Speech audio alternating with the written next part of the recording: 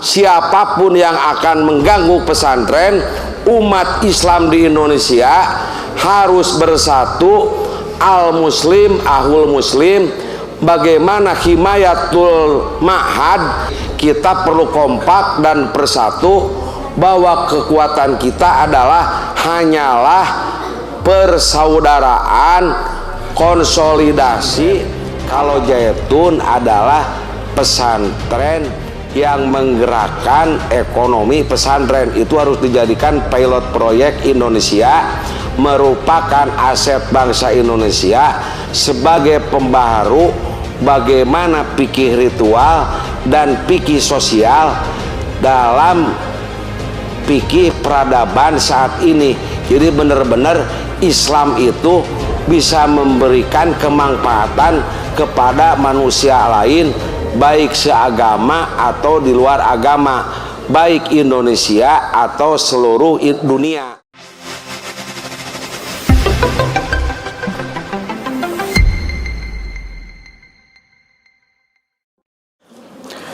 Assalamualaikum warahmatullahi wabarakatuh.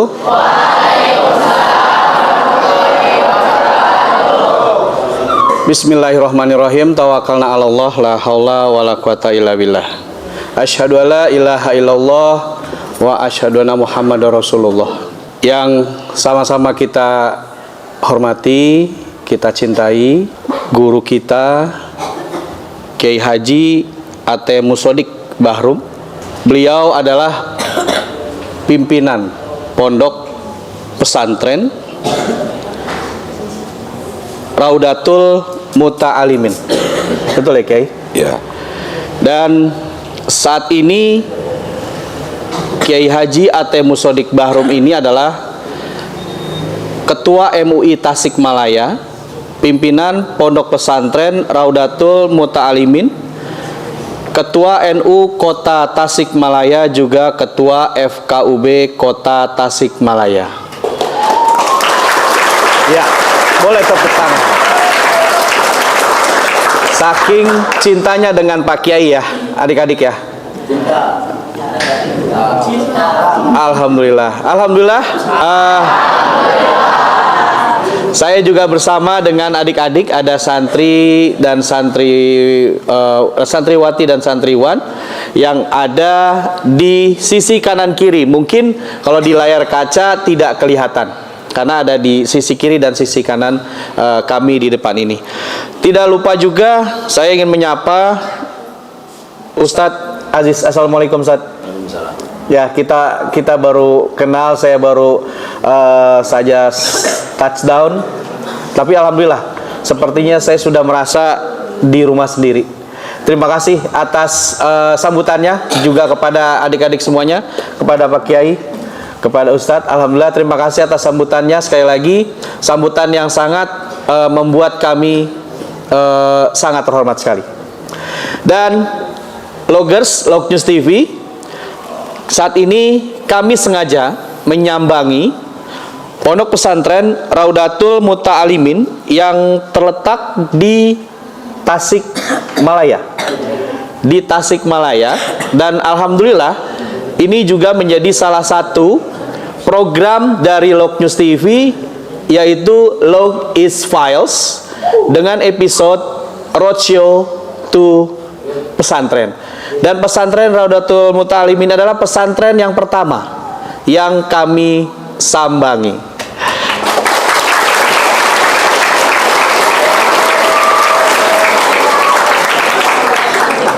Kiai sehat ya, Kiai ya? Sehat, sehat. Alhamdulillah.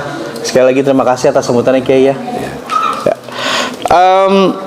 Tadi sebelumnya, karena kami sudah disambut oleh seluruh sivitas yang ada di pondok pesantren ini, maka langsung kami memiliki atau mempunyai rasa simpati dan bahagia. Seorang kiai yang saat ini duduk bersama saya, persis ada di sebelah kanan saya, beliau tadi tidak henti-hentinya menyampaikan kepada kami, memberikan kami keilmuan-keilmuan yang memang bisa saya klaim saya hanya dapatkan di pondok pesantren ini. Boleh tepuk tangan.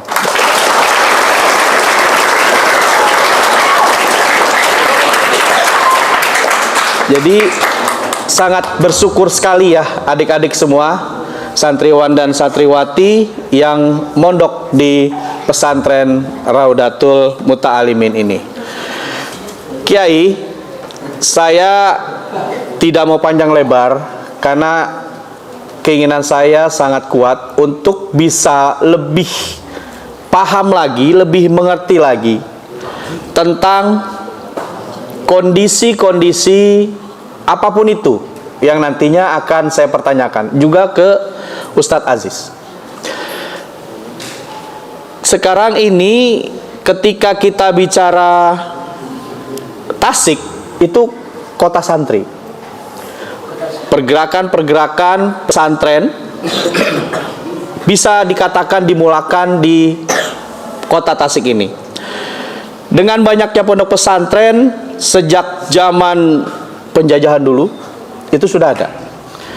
Dan boleh dijelaskan kepada Pak Kiai mengenai spirit pesantren itu sebenarnya apa sih bedanya dengan sekolah rakyat? Silakan Kiai. Assalamualaikum warahmatullahi wabarakatuh. Waalaikumsalam warahmatullahi wabarakatuh. Log News TV dari Pondok Pesantren Zaitun beserta krunya yang kami hormati. Ketua Yayasan Pondok Pesantren Kiai Haji Aziz Muslim yang kami hormati, santriwan dan santriwati yang kami cintai. Berkat dan kudrat Allah Subhanahu wa Ta'ala, alhamdulillah kita bisa syuting beserta saudara kita dari Pondok Pesantren Zaitun silaturahim sebagai go to pesantren. Alhamdulillah saya mengajar kitab Juhar Maknun go to pesantren mulai dari Cipasung, Miftahul Huda, pesantren-pesantren yang ada di Jawa Barat sudah 7 pesantren. Insya Allah nanti ada kunjungan balasan, saya ingin datang ke sana. Sholawat dan salam kita sampaikan kepada Nabi kita, yaitu Nabi besar Muhammad Sallallahu. Dari pertanyaan yang tadi, apa bedanya pesantren dengan sekolah rakyat yang sama-sama lahir pada zaman penjajahan Belanda dan Jepang? Kalau sekolah rakyat itu untuk apa dulu Ki Hajar Dewantoro membikin sekolah rakyat? Agar bisa menulis, membaca dan menghitung. Kalau pondok pesantren pertama untuk mencerdaskan bangsa, yang kedua yang berakhlakul karimah, yang ketiga bagaimana bangsa Indonesia supaya jadi mandiri. Karena negara Indonesia yang melawan penjajahan Jepang, Pondok Pesantren Haji Jenal Mustofa, kita wajib selaku pesantren bagaimana himayatul ma'had, menjaga dan merawat pesantren, baik pesantren Cilendek khususnya pesantren yang ada di Indonesia. Yang kedua, himayatud daulah, bagaimana menjaga negara Indonesia, NKRI-nya tetap terjaga. Kalau ada yang mengganggu Indonesia satu jengkal, santri Cilendek dan santri seluruh Indonesia akan melawan kepada penjajah. Apalagi kalau ada yang mengganggu kepada pesantren. Himayatul ma'had, himayatul daulah, dan himayatuddin. Bagaimana menjaga agama kalau ada yang mengganggu. Urgensinya kita wajib berjuang pesantren ini, bagaimana input pesantren, bagaimana output pesantren, dan bagaimana outcome pesantren tetap dijaga. Sebab alumni pesantren ini tersebar seluruh Jawa Barat atau seluruh Indonesia, yang pada jadi kiai diantaranya Pondok Pesantren Haur Kuning, santrinya lebih dari 6.000 alumni pesantren Cilendek. Itu masalah outcome dan produk pesantren Cilendek. Jadi pesantren ini tetap dijaga, dirawat, itu karena himayatud daulah sebagai NKRI jaga, himayatuddin agama juga kita rawat dan jaga. Itu kalau ada tambahan dari Kiai Haji silahkan. Assalamualaikum warahmatullahi wabarakatuh. Waalaikumsalam warahmatullahi wabarakatuh. Terima kasih kepada Lomas TV yang bisa bersilaturahmi ke keluarga pondok pesantren Cilendek dan seluruh santri yang ada di Cilendek. Saya hanya menambahkan apa yang disampaikan oleh Kiai Haji Andre sebagai Ketua MUI dan Ketua NU Kota Tasikmalaya. Apa yang menjadi spirit dari pondok pesantren Cilendek ini, saya bicara sedikit historis ya, bahwa Kiai Haji Bahrum pondok pesantren Cilendek ini adalah asli dari alumni pondok pesantren Sukamana, di mana Sukamana itu adalah kiainya itu Kiai Haji Jenal Mustafa, salah satu pahlawan nasional yang mendapatkan penghargaan dari negara. Dia sebagai salah satu yang memperjuangkan Indonesia ini menjadi merdeka. Di waktu itu ketika terjadi perlawanan terhadap penjajah Jepang, salah satunya bapak saya namanya Kiai Haji Noh. Beliau belum haji, lalu digelar menjadi Kiai Haji Bahrum. Beliau mondok di Kiai Jenal Mustafa sebagai pahlawan penjajah di waktu itu yang mendapat penghargaan dari negara menjadi pahlawan nasional. Di sanalah Kiai Haji Noh dimukimkan atau ditempatkan di pondok pesantren yang kita duduk di sini. Jadi dimukimkan, ditempatkannya Kiai Haji Noh dari pesantren Sukamana ke pesantren ini membawa 300 ulama dan kiai calon penerus ulama-ulama di waktu itu. Jadi strategi Kiai Haji Jenal Mustafa dibagi dua. Pertama yang melakukan perjuangan melawan berguncing, melawan Jepang di saat itu. Yang kedua menyelamatkan SDM, sumber daya manusia calon ulama. Ke pondok pesantren Cilendek ini dibawa 300 orang calon ulama-ulama kiai di masa yang akan datang. Yang kedua, sedikit historis, Kiai Haji Noh ini salah satu pengajar di pondok pesantren Cipasung, di mana pondok pesantren Cipasung ini salah satu pesantren terbesar di Jawa Barat. Pak Kiai Ilyas Ruhyat yang menjadi Rois Am PBNU, Pak Kiai Haji Gusdur sebagai presiden waktu itu, lalu dia sebelumnya sebagai ketua Tanbidiyah, Kiai Ilyas Ruhyat sebagai ketua Suriah Rois Am. Jadi jajaran tertinggi yang ada di struktur PBNU. Nah, Kiai Haji Noh mengajar di sana ketika Kiai Haji Ruhyat ditahan oleh Belanda.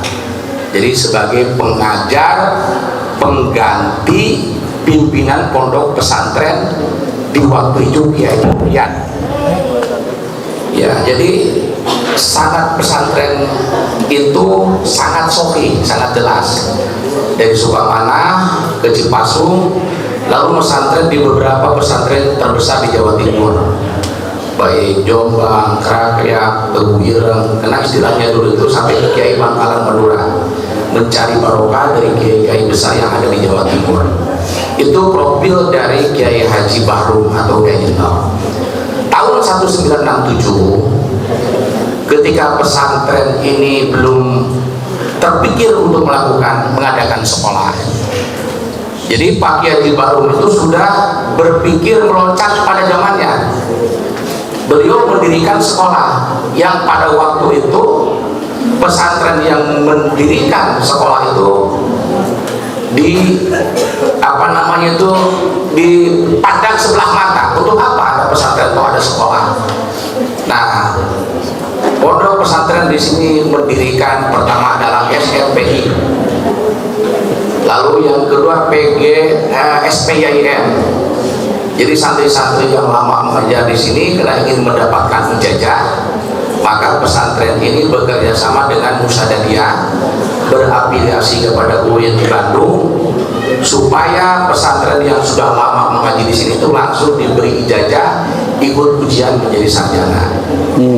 Setelah SPIN lalu bermetamorfosis lagi membuat PGAN, perguruan tinggi 5 tahun atau 6 tahun pada waktu itu dia langsung mengajar. Jadi bapak saya itu salah satu yang memberikan spirit bagaimana pentingnya sekolah yang diadopsi dengan pendidikan modern yang seperti sekarang ini. Jadi tidak ada salahnya kalau pesantren membuat sekolah. Disitulah kekuatan dari spirit kami mendirikan lembaga ini. Pertama semangat perjuangan, yang kedua semangat nasionalisme, juga semangat untuk membuat kader-kader ulama di masa yang akan datang. Mungkin itu sebagai tambahan saya dari percakapan Pak ya. Iya, clear ya, sangat jelas ketika pesantren saat ini dan terutama di Cilendek, di Cilendek ya, di Cilendek ini spiritnya tetap terjaga. Nah, ketika pondok pesantren di Cilendek ini hampir memasuki 1 abad, tentunya banyak sekali peristiwa-peristiwa sekaligus kemampuan untuk mempertahankan spirit tersebut. Gimana Pak Kiai dan Ustadz Aziz mampu menjelaskan kepada seluruh masyarakat Indonesia, pesantren hampir 1 abad tapi masih mampu mempertahankan spirit, dan sudah pasti nggak mungkin nggak ada peristiwa-peristiwa yang dialami. Silakan. Assalamualaikum warahmatullahi wabarakatuh.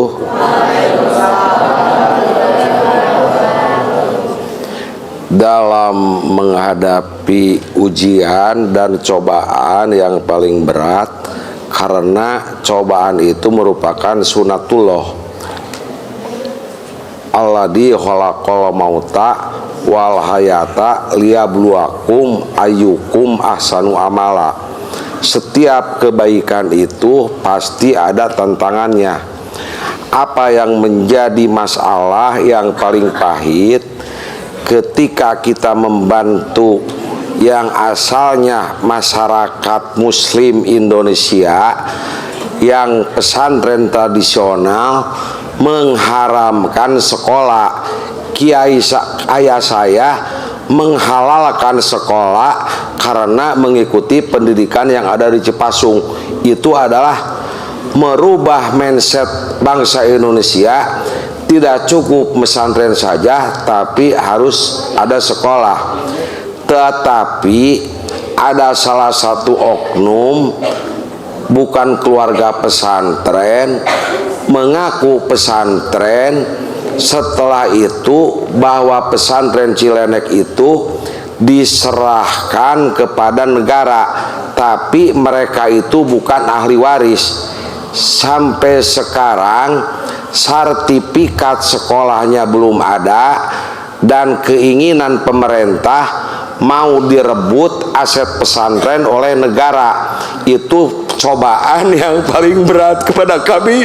Kami udah mencerdaskan, udah membangun kemajuan, udah inovasi yang asal pesantren jadi sekolah, lalu pemerintah mau mengakuisisi aset pesantren Cilendek. Itu adalah ujian yang belum selesai sampai sekarang. Tapi insya Allah mereka takut masuk ke sini karena kami jihad mempertahankan pondok pesantren Cilendek. Jadi kalau ada pesantren yang diganggu, terutama khususnya kami, mari seluruh pesantren Indonesia bergerak, harus kuat, harus cerdas, harus pintar, harus punya ahli hukum. Jangan mengkriminalisasi pesantren. Ini cobaan kami dengan Pondok Pesantren Zaitun. Mungkin ada kesamaan, tapi saya sekuat tenaga bertahan, dan saya kuat karena ngerti negara dan ngerti hukum. Itulah sebagai cobaan pondok pesantren. Tanah pesantren yang diberikan ke sekolah akan disertifikatkan, tapi saya tolak dan saya lawan. Sampai sekarang mereka tidak berani. Itu adalah yang menjadi permasalahan pondok pesantren yang musibatnya sampai sekarang belum selesai, tapi mereka udah takut. Inilah kami ini lagi diuji, padahal kami ini telah berjuang mencerdaskan bangsa, merubah akhlak manusia, berjuang tanpa gaji, tanpa honor, tanpa bayaran. Tapi sebab kami tujuannya jihad fisabilillah, siapapun yang akan mengganggu pesantren, umat Islam di Indonesia harus bersatu, al muslim ahul muslim. Bagaimana himayatul ma'had, kita perlu kompak dan bersatu, bahwa kekuatan kita adalah hanyalah persaudaraan, konsolidasi. Apalagi menghadapi tahun politik seperti sekarang, harus cerdas umat Islam Indonesia, harus menjaga kondisivitas, harus saling menghormati, saling menjaga. Kalau harus hati-hati kalau pesantren dibubarkan seluruh Indonesia. Untung kami kuat otak, kuat hukum, kuat tenaga, kuat ilmu. Kalau lemah langsung menyerah. Tapi kami tidak akan menyerah sampai detik-detik terakhir, sampai mati akan mempertaruhkan pondok pesantren yang kami cinta ini. Silakan Pak Haji pendapat. Saya pikir cukup ya apa yang disampaikan di tidak perlu pengembangan. Ya. Oke. Kalau boleh tahu masalahnya apa? Kok bisa sampai? Jadi ada oknum pesantren yang menandatangan ahli waris bahwa pesantren itu diserahkan kepada negara. Tetapi kalau yang disebutkan sertifikat, BPN tidak mau mengsertifikatkan karena tahu sejarah pesantren. Akhirnya negara akan saya kasih apa yang digunakan oleh sekolah negeri. Kami tidak berisi keras. Apa yang dibutuhkan oleh mereka kami akan wakafkan kepada negara. Jadi terbalik, biasanya negara bikin proposal masyarakat kepada negara, tapi silahkan negara bikin proposal minta kepada ahli waris, karena tujuan untuk mencerdaskan. Saya akan kasih itu dengan kesolehan keluarga dan ahli waris pondok pesantren akan menyumbang kepada negara apa yang dibutuhkan oleh negara, sabab sama-sama mencerdaskan bangsa. Itu Pak. Ya, silakan. Saya tambahkan dengan apa yang disampaikan oleh Pak Kiai. Persoalan ini sudah selesai lewat musyawarah, baik Kementerian Agama, BPN ataupun Pondok Pesantren Ciledug. Ini sudah tidak berkepanjangan, sudah selesai dengan jalur musyawarah dan ada titik temu di antara Kementerian Agama dengan Pondok Pesantren Ciledug. Jadi kita duduk bareng, sama-sama baik untuk menyelesaikan persoalan ini. Itu aja, terima kasih. Ya, oke. Selanjutnya Pak Kiai, tadi sebelum kita syuting, Pak Kiai itu sudah memberikan buku Alfiyah ya? Iya, buku Alfiyah. Itu terinspirasi dan panduannya apa aja Pak Kiai? Dan apa itu sebenarnya buku Alfiyah itu gitu? Jadi Alfiyah itu adalah merupakan Alfiyah itu isinya sebagai anahu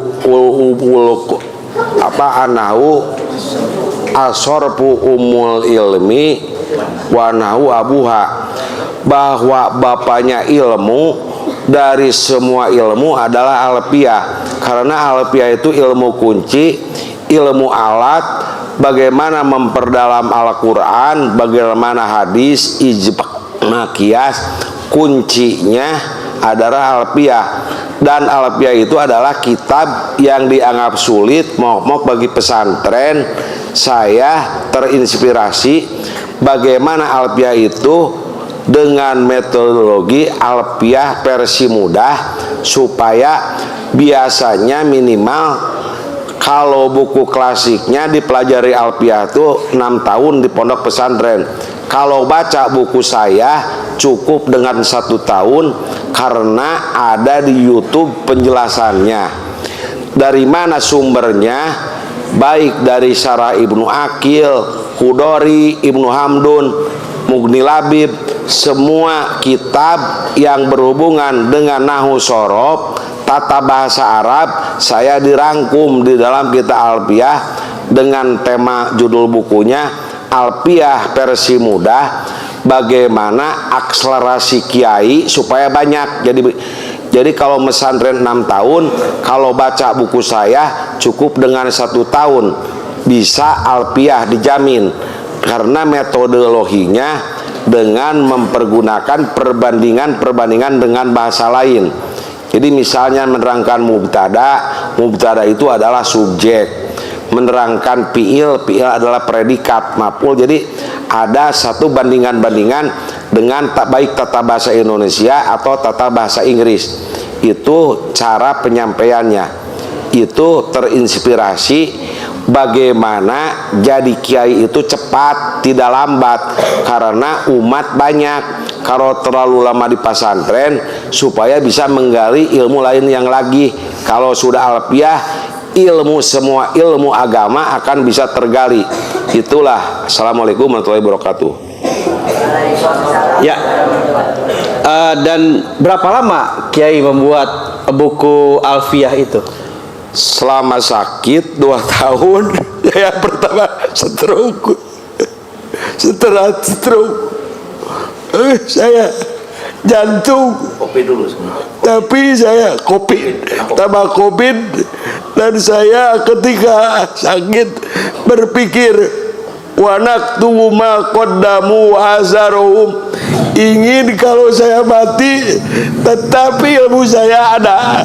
Jadi ada bekas, ada yang permanen, ilmu saya tidak hilang.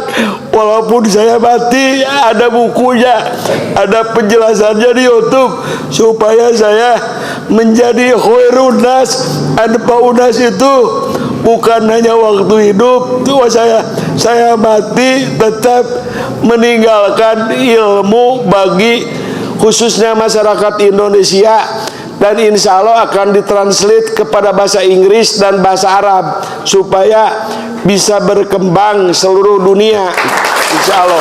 Sekalian lagi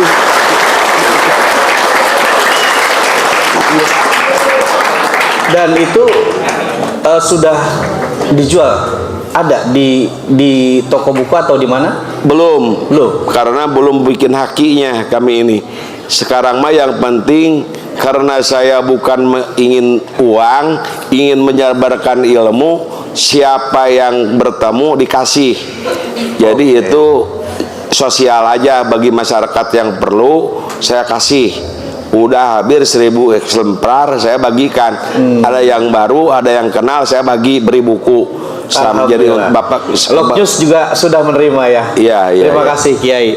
Oke, kemudian Kiai, untuk pembahasan ya yang dipahami ini ada soal pengertian halaqah fikih, peradaban, dan gimana sih kita menyikapi perbedaan fikih yang terjadi saat ini.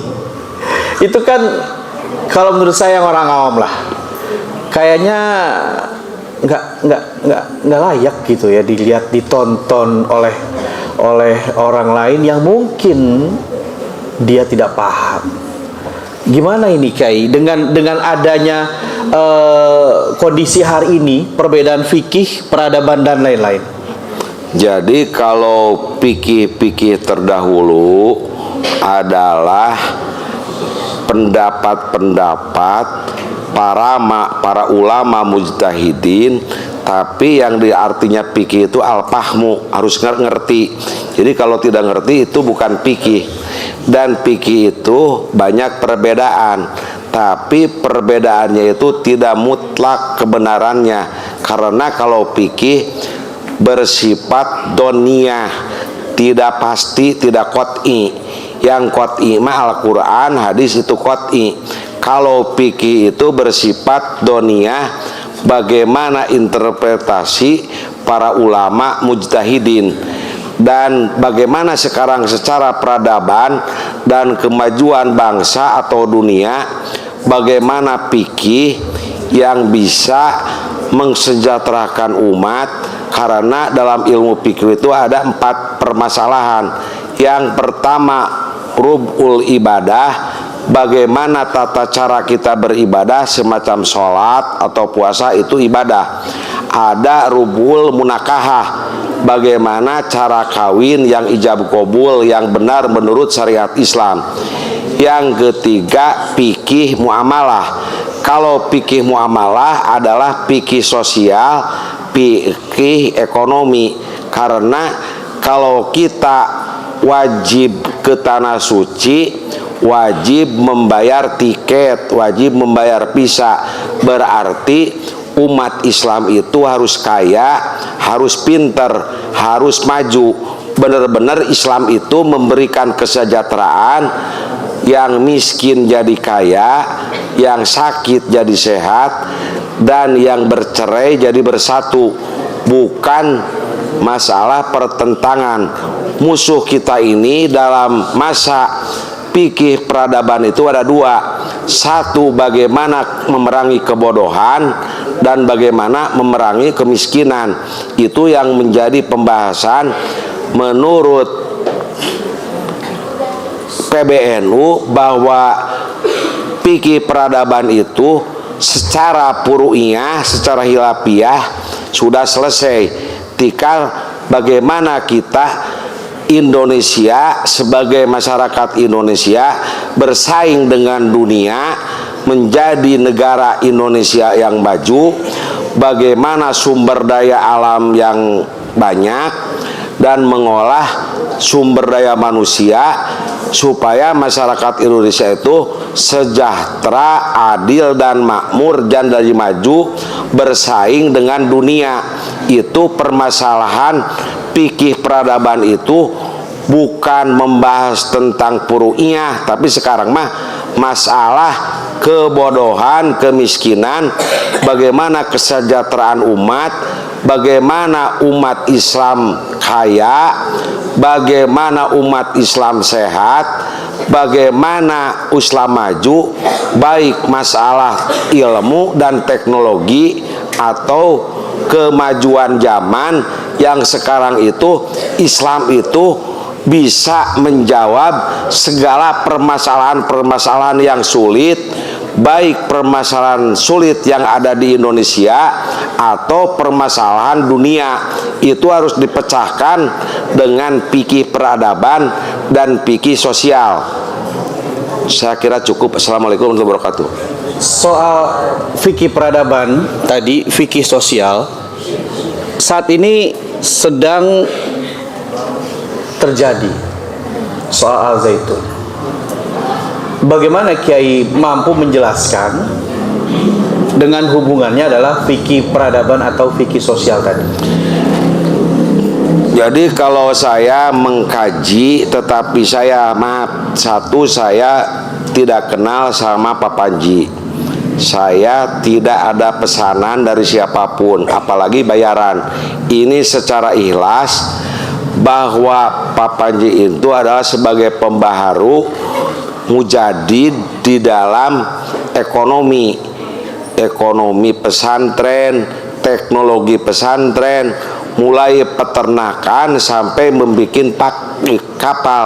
Itu adalah merupakan ikon aset umat Islam sebagai pilot proyek tentang pendidikan sosial yang harus disebarkan, harus cloning ke setiap pesantren, bagaimana menjelaskan titik muamalah. Karena Islam itu bukan sholat aja, bukan puasa saja, tapi ada masalah zakat, ada masalah naik haji, itu yang semua membutuhkan kos. Dan ada kos itu adalah harus ada hasilnya dari fikih itu. Jadi fikih itu bagaimana sekarang bisa mensejahterakan umat, bisa lebih jelas, bukan masalah sholat saja, tapi bagaimana naik haji, bagaimana pesantren yang bersih, bagaimana pesantren yang seperti hotel. Dan jawabannya itu bisa ditempuh dengan bagaimana entrepreneur. Itu tantangan masalah Indonesia, masalah pesantren, bagaimana kebodohan pesantren, bagaimana kemiskinan pesantren. Karena itu adalah perintah Allah. Berdoa juga, Robbana atina fid dunya hasanah wa fil akhirati hasanah wa qina adzabannar. Kalau bisa ada setiap pesantren itu ada kelebihannya, ada spesialisasinya. Misalnya pesantren Gontor hebat di dalam bahasa, hebat dalam organisasi. Kalau kami dengan alumninya spesialisasi masalah ilmu alat pesantren. Kalau Zaitun adalah pesantren yang menggerakkan ekonomi pesantren. Itu harus dijadikan pilot proyek Indonesia, merupakan aset bangsa Indonesia sebagai pembaharu bagaimana fikih ritual dan fikih sosial dalam fikih peradaban saat ini. Jadi benar-benar Islam itu bisa memberikan kemanfaatan kepada manusia lain, baik seagama atau di luar agama, baik Indonesia atau seluruh dunia. Itu adalah sebagai fikih peradaban dunia. Maka PBNU bukan hanya di Indonesia saja, tapi berkembang di seluruh dunia karena selalu memikirkan fikih peradaban dunia. Sekian. Jika fikih peradaban dunia atau fikih peradaban sosial tadi dipertentangkan, bagaimana Kiai menanggapinya? Baca aja semua kitab klasik bahwa fikih itu pertama masalah ibadah, masalah nikah, masalah muamalah, masalah jual beli. Itu ada di dalam kitab turesnya, ada sumbernya. Semua kitab-kitab fikih membahas pertama bagaimana cara beribadah, yang kedua bagaimana nikah, yang ketiga muamalah. Berarti kalau yang mempertentangannya belum sampai membaca kepada fikih dalam kitab turos yang aslinya, baik kitab Fathul Mu'in, Fathul Wahab sampai Al-Um, semua kitab-kitab fikih menjelaskan tentang muamalah, tapi itu baru sifat teoritis, belum ketiak implementasi seperti pesantren Zaitun. Itu sebenarnya karena kebodohan, karena kurang wawasan, karena belum selesai membaca fikihnya, nyalahkan. Karena itu mereka kurang membaca. Karena umat Islam itu ada Islam benar-benar Islam tahu tentang ilmu Islam, ada Islam turunan. Yang tidak tahu tentang fikih muamalah itu adalah Islam turunan atau Islam abangan, Islam fobia, yang tidak tahu apa Islam, mengaku-ngaku dirinya sebagai Islam. Itu mah sudah ijma ulama bahwa fikih itu ada fikih ibadah, ada fikih munakahah, ada fikih muamalah.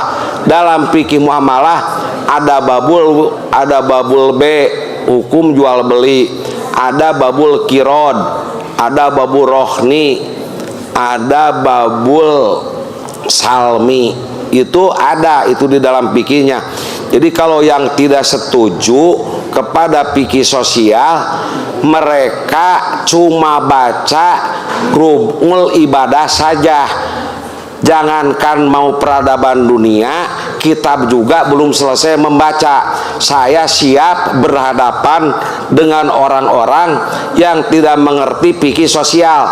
Siapa saja di Indonesia. Kalau ini dilahirkan, boleh yang bertanya, boleh masalah fikih sosial, sumbernya dari Al-Quran. Wa ahlallahu al-bai'a wa harrama riba. Itu kan Quran. Jadi jelas fikih sosial, fikih muamalah itu sumbernya baik Al-Quran, Al-Hadis atau kitab kuning itu sangat banyak literasinya. Karena Islam Indonesia baru menjelaskan fikih ritual aja, baik pesantren atau perguruan tinggi atau para cendekiawan muslim. Ini harus dibikin satu kurikulum, dan pesantren Zaitun harus dijadikan model bagaimana tentang fikih sosial, fikih peradaban, dan fikih muamalah. Ini harus menjadikan kajian dan penelitian bagaimana untuk memajukan bangsa Indonesia dan dunia. Sekian. Peradaban, ketika bicara peradaban itu peradaban yang bagaimana sih Kiai? Apakah peradaban toleransi, berbudaya, atau yang bagaimana? Kalau tadi Kiai menyinggung Al-Zaitun, bagaimana Kiai bisa mengatakan bahwa Al-Zaitun adalah pilot project dari fikih peradaban tersebut? Sedangkan saat ini Al-Zaitun sedang dikriminalisasi. Itu di dalam agama itu ada istilah syirik dan hasud. Karena itu kepentingannya apa? Kalau kepentingannya ikhlas, bagaimana Islam Indonesia ingin maju, bagaimana aset pesantren, justru itu harus menjadikan pemikiran bersama.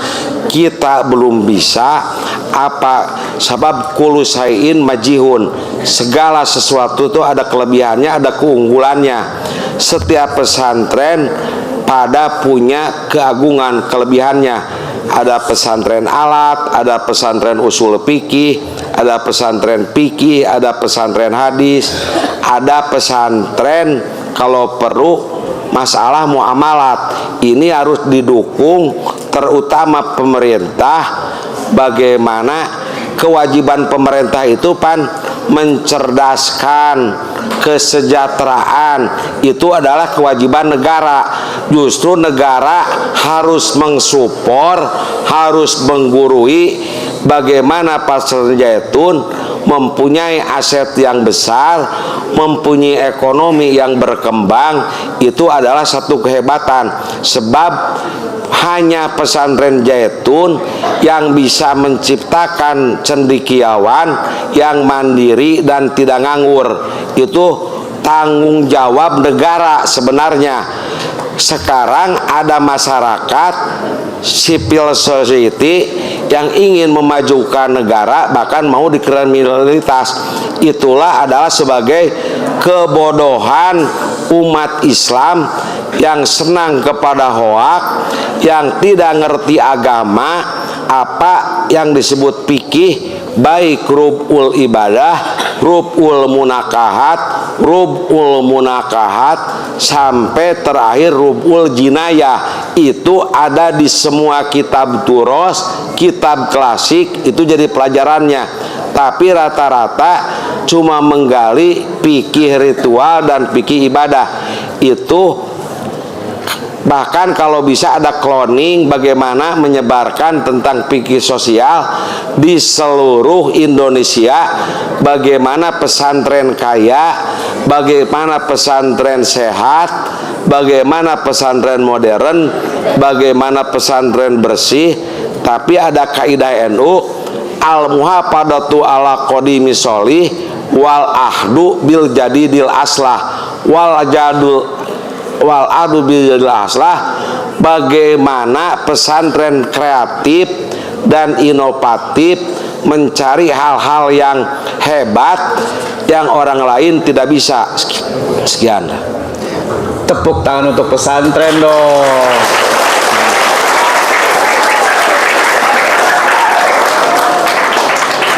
Ya, Kiai, ini mohon maaf, saya sepertinya berkembang nih. Terlepas dari pertanyaan yang saya ajukan nih. Tadi Kiai ngomong pesantren kaya. Oke, ya, pesantren kaya. Katakan Pondok Pesantren Al Zaitun informasinya sudah memiliki aset yang mungkin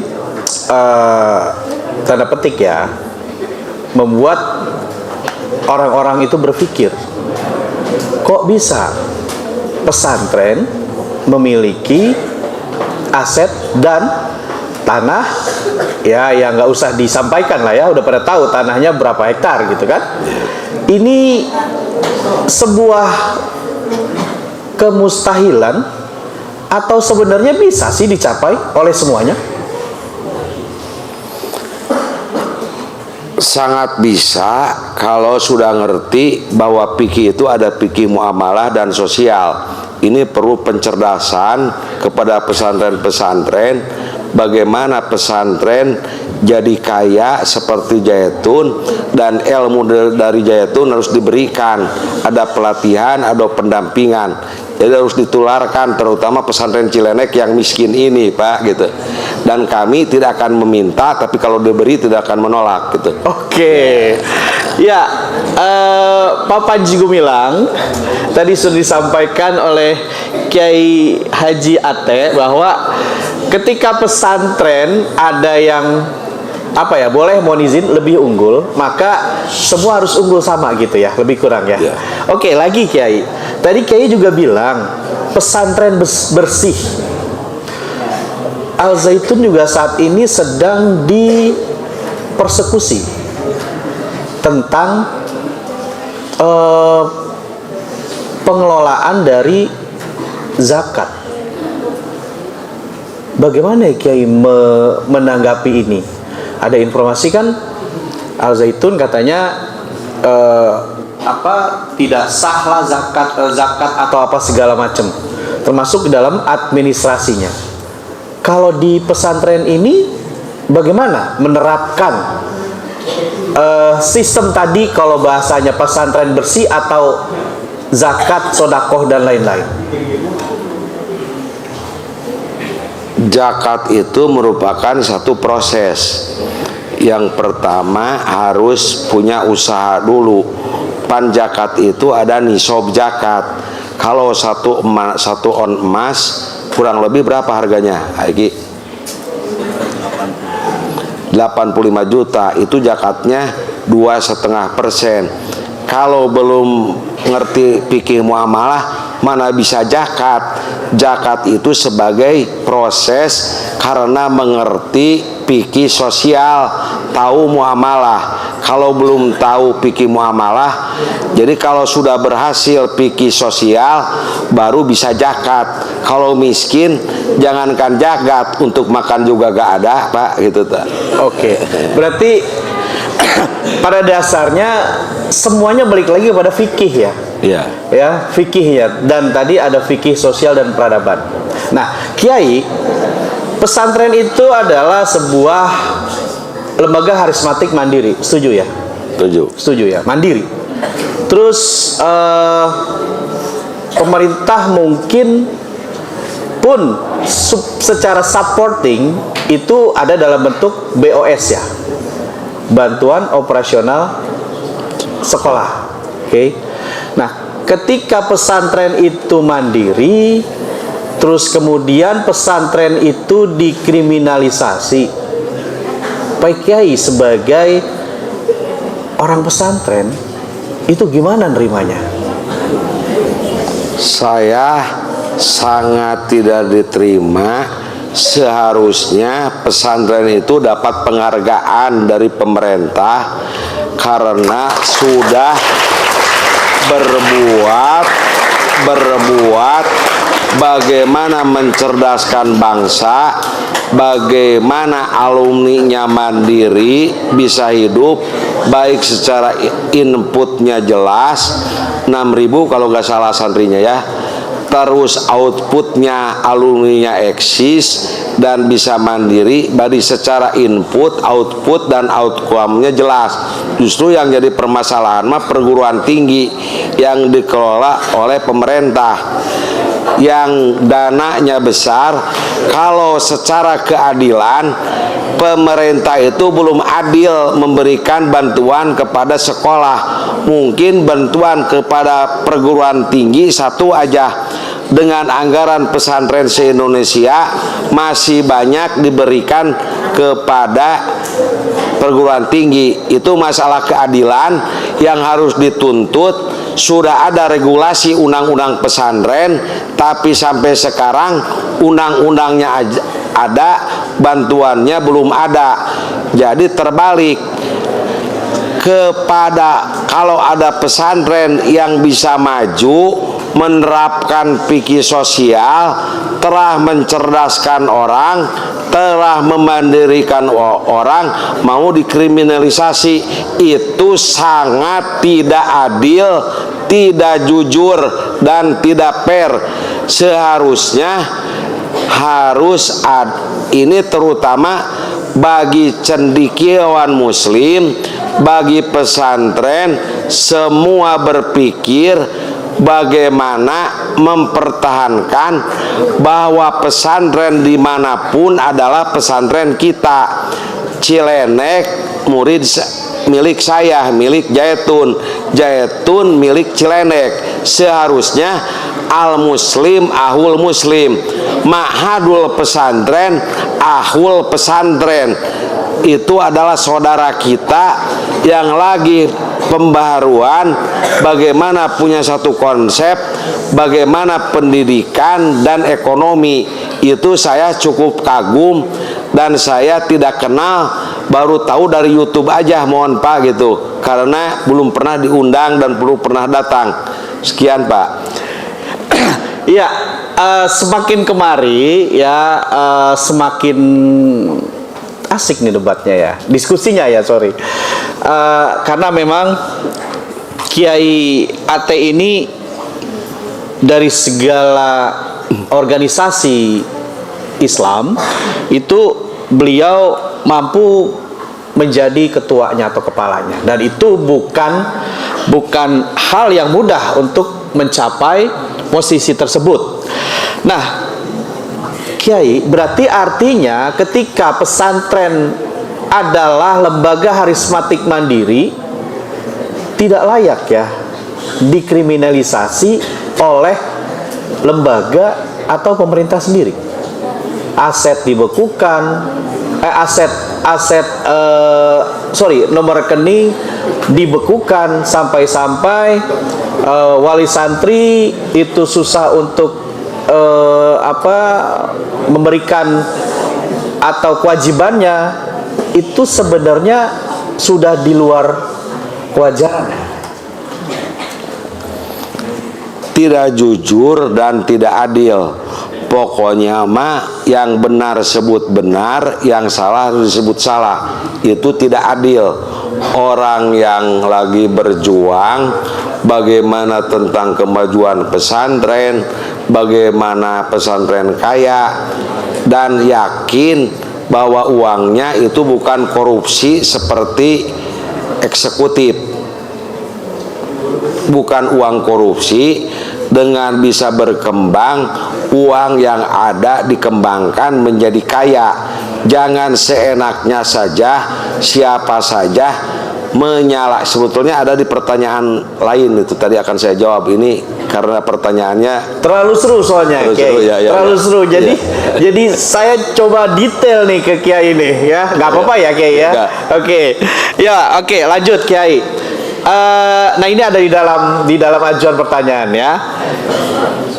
Pak Kiai kan ketua MUI Tasikmalaya ya. Terus berarti kan sudah tahu dong ya, kalau Pak Kiai adalah ketua MUI Tasikmalaya.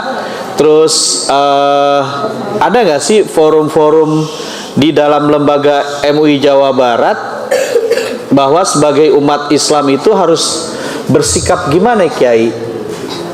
Pusat, MUI pusat dan Pondok Pesantren Al Zaitun, ya kan, sepertinya sekarang sedang berseteru, dan semua masyarakat Indonesia saya kira tahulah ya, bahkan sekarang sudah masuk saling menggugat itu. Nah sekarang kan Kiai ada di MUI Tasikmalaya sebagai ketua. Bagaimana Pak Kiai mampu menyampaikan bahwa ini gimana sih sebenarnya gitu? Silakan Kiai. Saya ini jawabannya mohon dibuka itu dalam Infokus. Jawabannya surat Al-Hujurat ayat 6.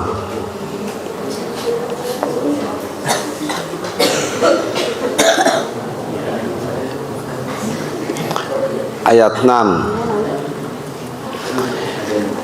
Ya ayyuhalladzina amanu, wahai orang-orang yang beriman, in jaa, itu hilang. Mana itu hilang coba. Biasa diulang Pak. Jangan diajlok-ajlok. Ya ayyuhalladzina amanu, wahai orang-orang yang beriman, in jaa, apabila datang. Itu ini kalau dalam bahasa Inggris Pak, mohon maaf, kalimat conditional clause. Oke. It itu in itu Ya. in. Jika telah datang itu jadi predikat atau fiil itu Pak. Kum, kepada kamu sekalian. Kum itu adalah objek penderita atau makmul atau maf'ul bih. Siapa? Pasikun, orang fasik, orang berdosa. Binabain, membawa kabar gembira. Membawa ke orang fasik, membawa berita gembira, bukan berita dari medsos, tapi berita dari orang fasik yang tidak tabayun.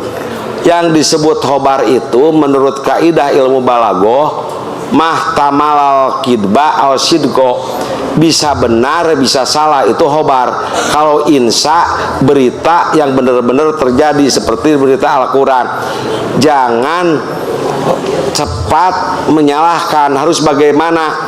Patabayanu, maka harus tabayun. Tabayun kalau istilah bahasa perguruan tinggi, riset dan penelitian, yang akhirnya jadi ada tasawur, ada taswik. Tasawur itu harus diselidiki dengan akurat, terabel, dan tereksplorasi. Ini bereksplorasi.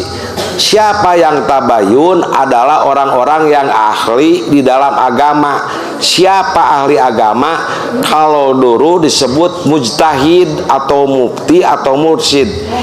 Karena MUI baik pusat sampai tingkat goda gak ada mujtahid karena tidak memenuhi syarat.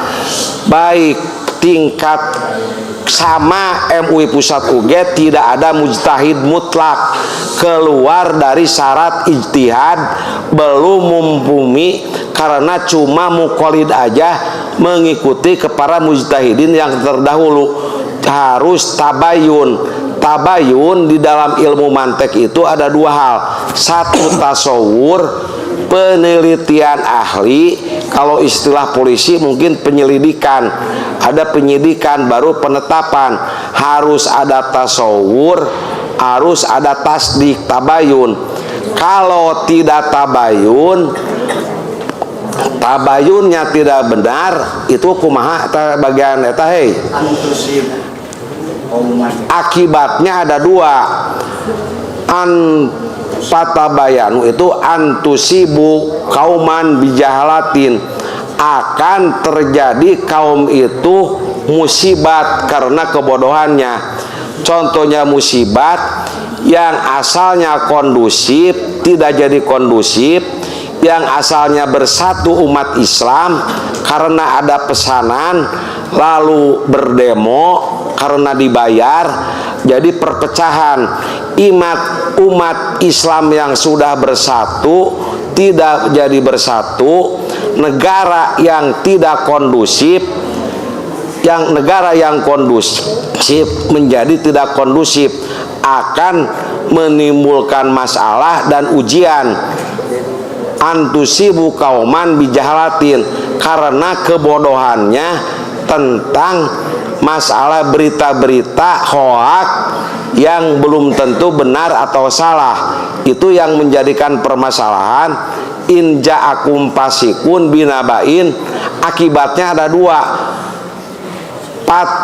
Antusibu kauman bijahalatin patusbihu alama paltum nadimin, akan menyesal kejadiannya. Jadi kalau tidak tabayun, satu akan banyak musibat, yang kondusif jadi tidak kondusif, yang bersatu jadi bercerai, umat Islam yang rukun, yang damai, yang bodoh bertentang, yang tidak ngerti fikih sosial, yang tidak tahu fikih peradaban, yang tidak mengerti persatuan, yang tidak mengerti kepentingan-kepentingan umat Islam itu apa. Umat Islam itu akan dijadikan, diadukan bagaimana merusak umat Islam lagi. Perlu ini negara hadir menengahi, mencerdaskan masyarakat, dan ini bisa dimusyawarahkan antara Zaitun dengan pemerintah, dan ada fasilitator yang benar-benar tidak menyalahkan dan tidak membenarkan, karena hukum yang benar itu adalah hukum Allah. Alaihissallahu biahkamil hakimin. Dan harus ingat bahwa jadi presiden sementara, jadi pimpinan pesantren sementara, saya jadi ketua MUI sementara, kaya sementara, cantik sementara, mati akan selama-lamanya akan dihisab oleh Allah, akan dihukum, yang hukum yang hakiki, yang mutlak dari Allah Subhanahu wa taala. Itulah, Pak. Jadi jawaban saya, bagaimana menyikapi MUI baik dari daerah sampai pusat, harus tabayun. Tabayun dalam arti dalam ilmu mantek harus ada tasawur dan tasdik, dan harus mempergunakan disiplin ilmu para mujtahidin yang cukup berat. Jangan terlalu cepat. Kalau cepat nanti akan tidak jadi, akan banyak musibat. Itu kata Allah, bukan kata Haji Ate. Antusibu kauman bijahalatin alama fa'altum antusbihu patusbihu alama fa'altum nadimin. Apa yang dikerjakan itu dua akibat. Satu, musibat. Yang kedua adalah menyesal. Itu adalah sebagai mengingatkan saya, baik kepada pemerintah, kepada legislatif, kepada yudikatif, kepada para cendekiawan.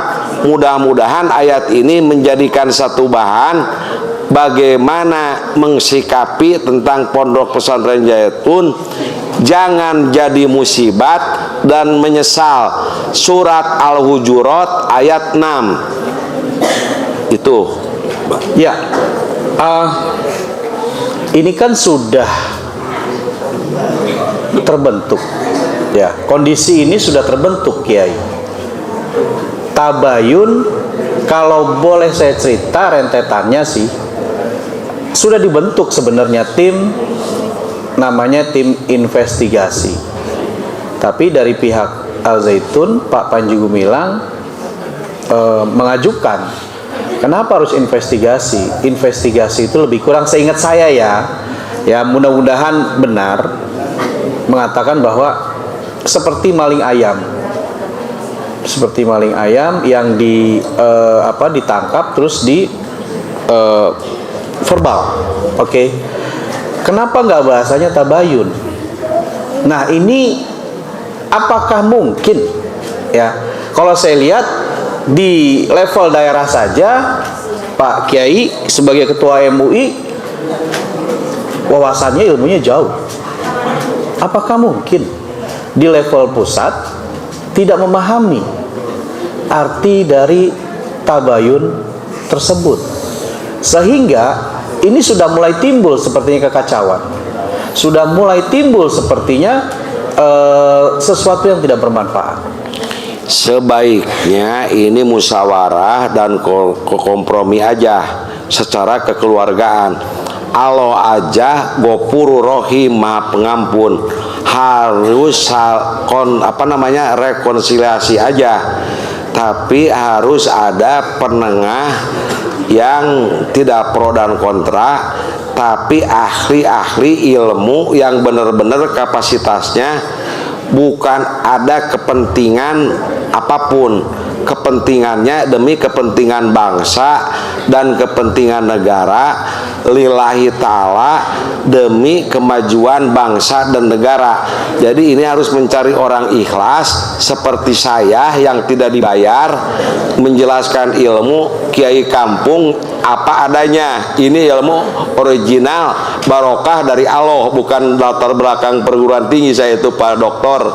Jadi cari orang ikhlas. Pak Panji memaafkan, pemerintah memaafkan, gak usah tuntut menuntut, itu tidak sunatullah. Jadi kalau Islam itu harus fa'aslihu baina akhwaikum, harus saling islah, saling memaafkan, saling menyayangi. Itu ajaran Nabi Muhammad SAW. Jangan berpecah belah. Umat harus bersatu, pemerintah harus hati-hati karena akan terus musibah dan penyesalan. Jadi jangan melihat pakai kacamata kuda, tapi harus kacamatanya yang jernih, supaya dalam melihat kejadian ini, kalau jernih, bersih, bagaimana menyelamatkan Al-Zaitun dan bagaimana menyelamatkan umat dan menyelamatkan Indonesia ini. Resikonya ini masalah Indonesia yang sudah kondusif, yang sudah aman, Covid sudah pulih, sudah maju. Lebih baik kita berpikir bagaimana kemajuan ekonomi, bagaimana kebodohan, kemiskinan, bagaimana stunting, bagaimana negara kita ketinggalan oleh dunia menjadi negara maju. Berpikir yang produktif, yang benar-benar untuk mencerdaskan bangsa, untuk mensejahterakan rakyat, untuk masalah keadilan. Tekanan dari saya, semua stakeholder, baik eksekutif atau yudikatif, bertabayun, hati-hati, harus menetapkan hukum seadil-adilnya. Jangan ada kepentingan apapun, cuma ingin negara Indonesia maju, cuma akhirnya masuk surga, itu tujuan akhirnya. Itu aja. Cari orang yang ikhlas lillahi ta'ala, bagaimana berbicara kemajuan atau tamadun, berbicara peradaban, memperbaiki ekonomi, memperbaiki bangsa. Ini yang perlu dipikirkan oleh bangsa dan negara saat ini, bukan mengejar-ngejar orang pembaharu yang lagi menyebarkan fikih ritual dan fikih sosial. Itu Pak. Ya,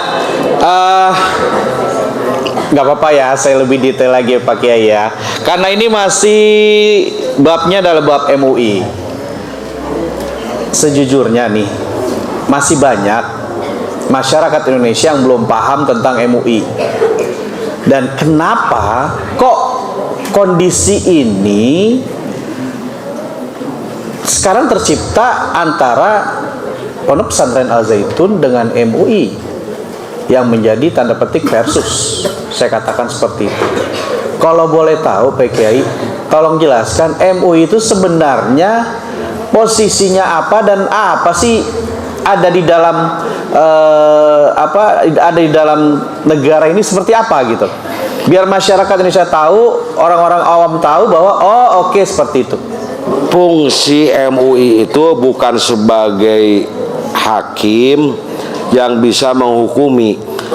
MUI itu fungsinya tawasau bil haqi, saling menasehati di dalam kebenaran.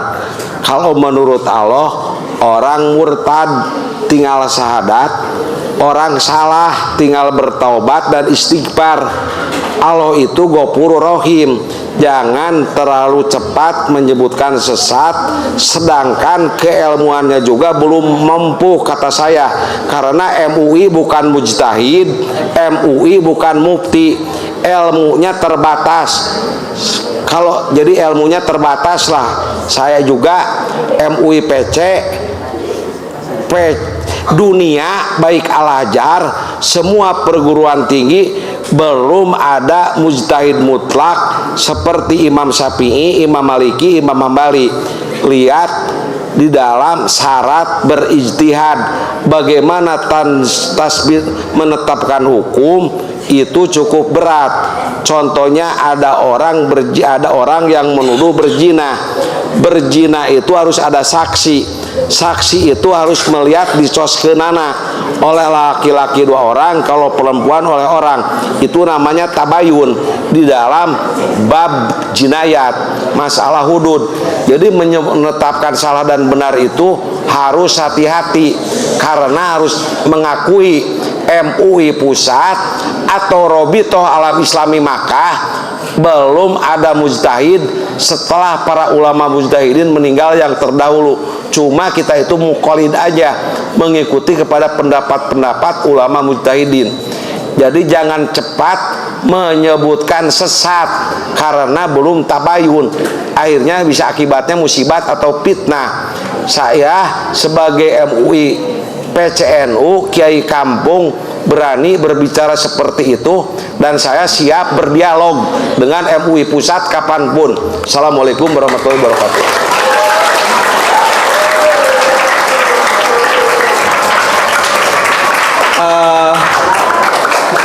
Gini Kiai, ketika MUI dalam kasus ini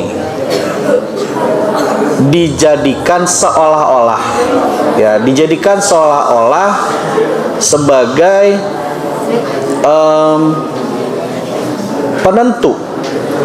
penentu sebuah produk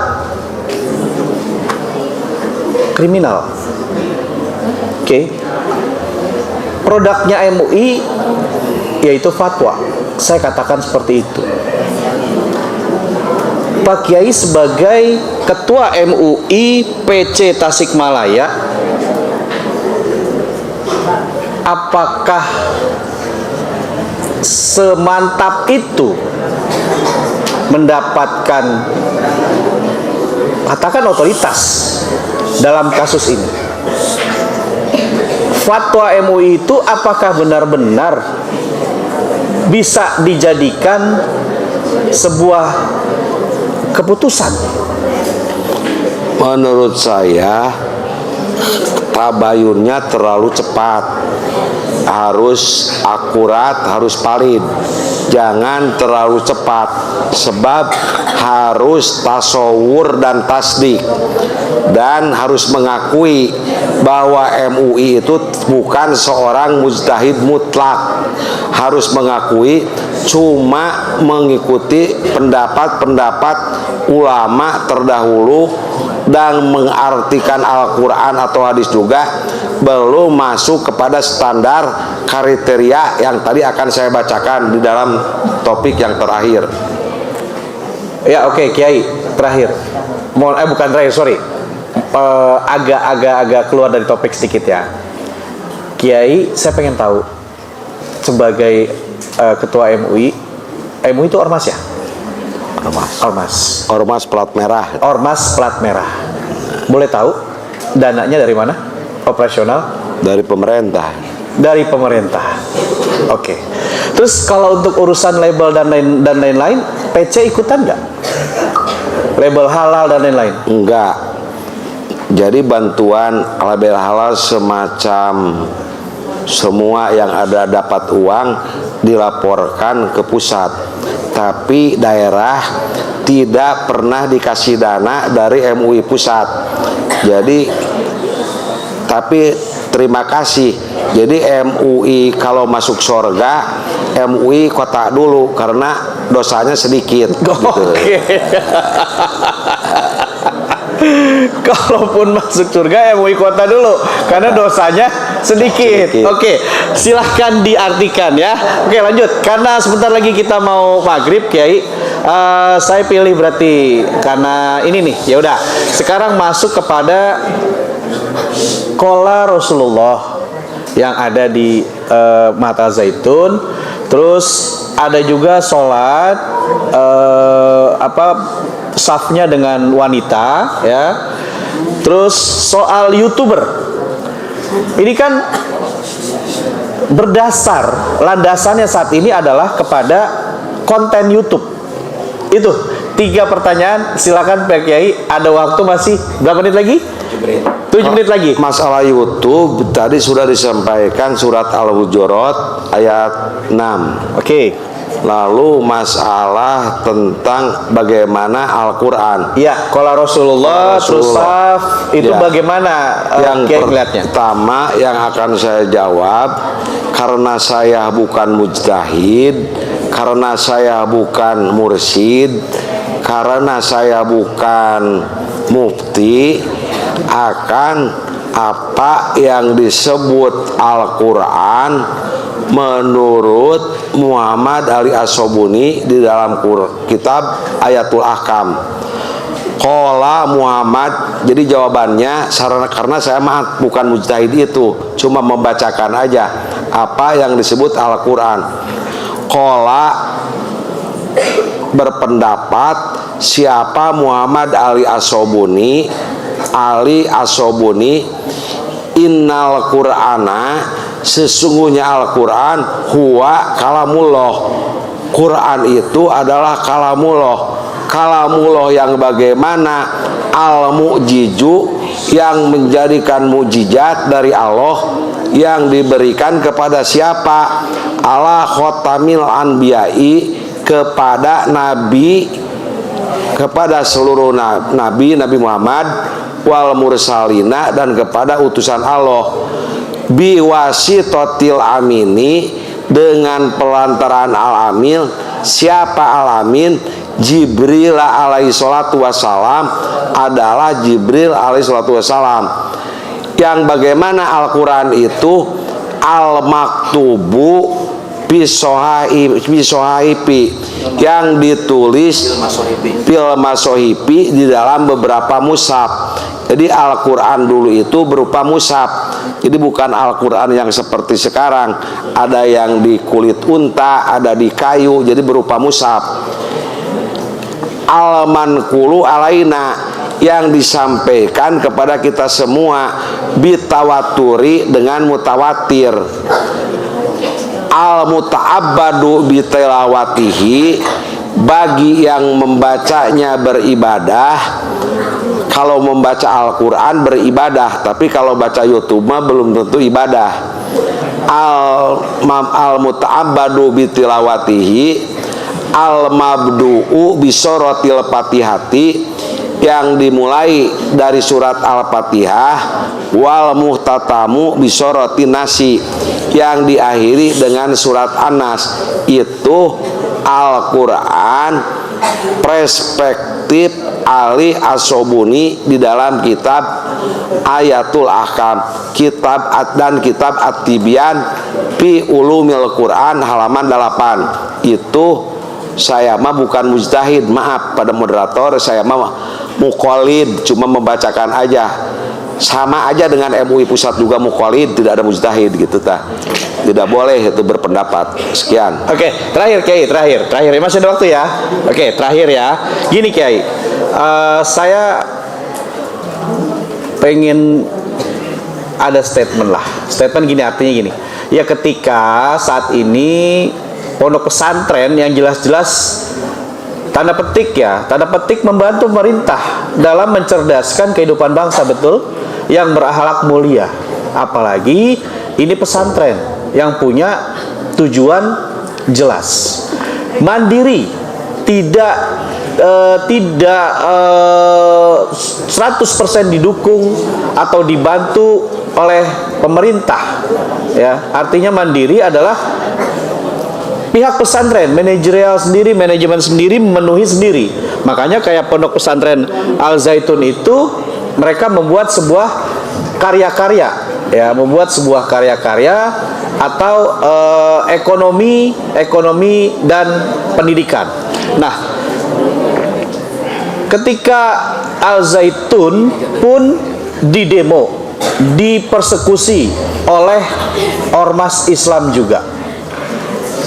Pak Kiai sebagai ketua MUI Tasikmalaya, bagaimana melihat ini, dan silakan sampaikan apa yang menjadi pesan dari Kiai sendiri.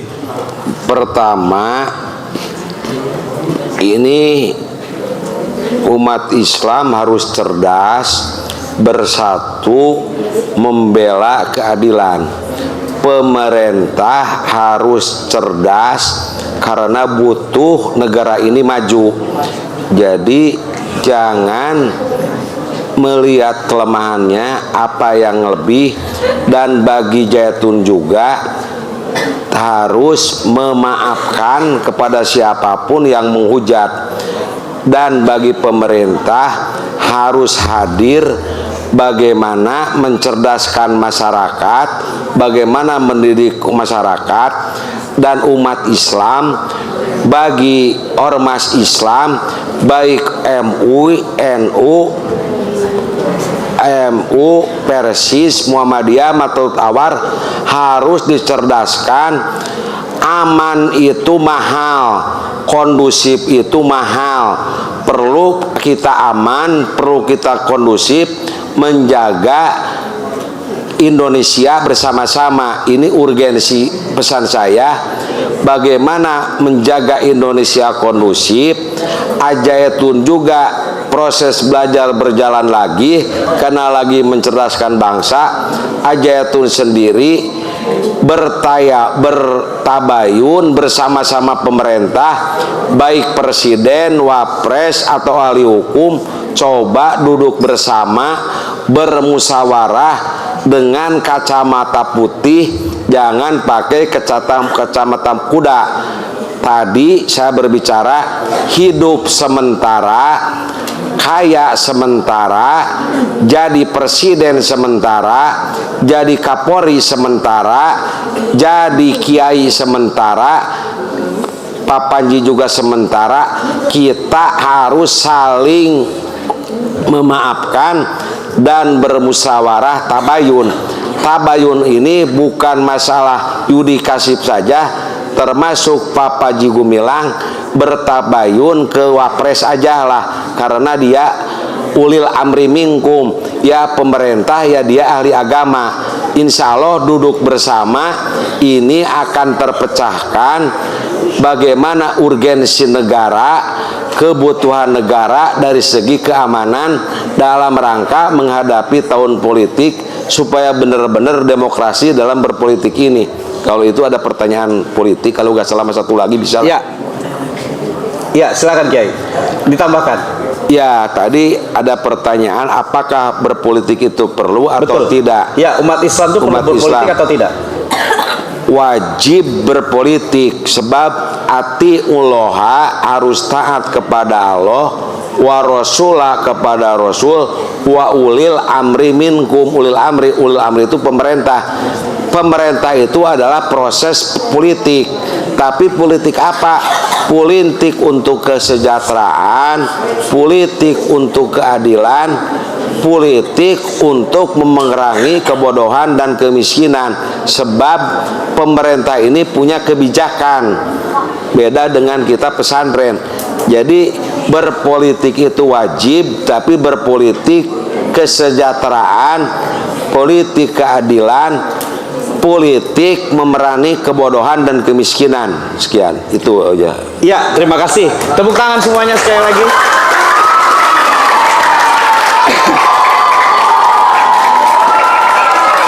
Ya, sekali lagi kita ucapkan terima kasih kepada Kiai Haji Ate. Namun sebelum saya akhiri, saya mendapatkan satu pesan WhatsApp, ternyata pemerintah Republik Indonesia itu pun di 2023 ini sudah mencanangkan sebuah program namanya Kampung Moderasi Beragama. Berarti boleh tepuk tangan. Berarti artinya pemerintah Jokowi sangat paham betul bahwa dalam beragama, dalam bernegara itu moderasi dikedepankan. Ya, terima kasih sekali lagi kepada Kiai Haji. Terima kasih sekali lagi kepada Kiai Haji Ate Musodik Bahrum, pimpinan Ponpes Raudatul Muta'alimin, sekaligus Ketua NU Kota Tasikmalaya, sekaligus Ketua MUI Tasikmalaya, sekaligus Ketua FKUB Kota Tasikmalaya. Saya Hana Sukyon untuk Vlog News TV.